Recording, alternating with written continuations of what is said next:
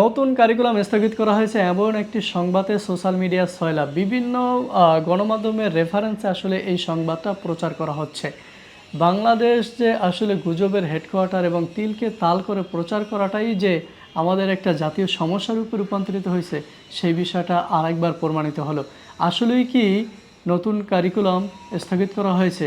সে ব্যাপারে এনসিডিপির চেয়ারম্যান কি বলেছেন, তার কাছে জানতে চাওয়া হয়েছে যে নতুন কারিকুলাম কি স্থগিত করা হয়েছে।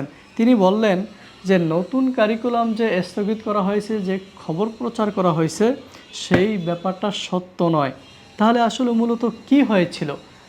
ব্যাপারটা হয়েছিল বগুড়ায় একটি কর্মশালা চলছে নতুন কারিকুলামের ব্যাপারে, সেই কর্মশালাটা স্থগিত করা হয়েছে। কিন্তু আমাদের মিডিয়াগুলোতে, সোশ্যাল মিডিয়াতে ছয়লাভ হয়ে গেছে নতুন কারিকুলাম স্থগিত করা হয়েছে। এখন নতুন কারিকুলামের সেই কর্মশালাটা আসলে কি ছিল একটা জানার বিষয়।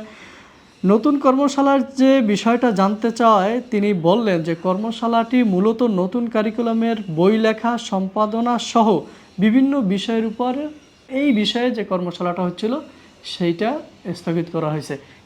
এই যে নতুন কারিকুলাম স্থগিত হয়েছে, এই তথ্যটা শুনে যে পরিমাণ মানুষ আসলে আলহামদুলিল্লাহ শুকরিয়া আদায় করতেছেন, এবং এই শিক্ষা ব্যবস্থার অর্থাৎ নতুন কারিকুলামের ব্যাপারে মানুষের যে একটি কি বলবো, খারাপ ধারণা এবং এমন একটা মেসেজ সবার মধ্যে পৌঁছাইছে, এই কারিকুলামটা খুবই খারাপ।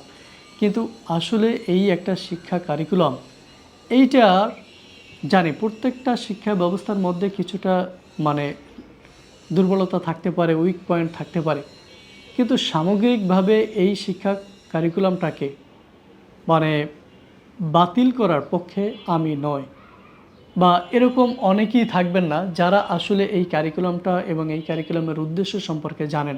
যেহেতু আমি এই শিক্ষা কারিকুলামের উপরে ট্রেনিং নিচ্ছি, 6 মাস ট্রেনিং চলছে, অতএব এই কারিকুলামের উদ্দেশ্য এবং প্ল্যান খুবই ভালো, কিন্তু কিছুটা পরিমার্জিত হওয়া দরকার।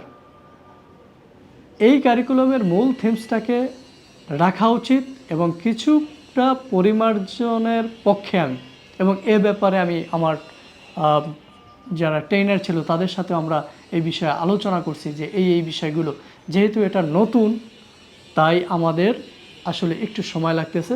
আস্তে আস্তে এটাকে পরিমার্জনের মাধ্যমে আমরা একটা ভালো একটা অবস্থানে যাইতে পারি।